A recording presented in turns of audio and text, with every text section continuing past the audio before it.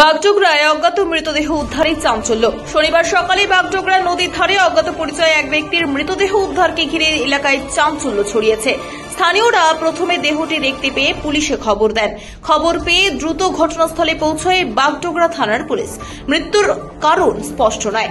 মৃত ব্যক্তির নাম পরিচয় এখনো জানা যায়নি। দেহটি ময়নাতদন্তের জন্য উত্তরবঙ্গ মেডিকেল কলেজ ও হাসপাতালে পাঠানো হয়েছে। পুলিশ জানিয়েছে, ময়নাতদন্তের রিপোর্ট আসার পরেই মৃত্যুর প্রকৃত কারণ বোঝা যাবে।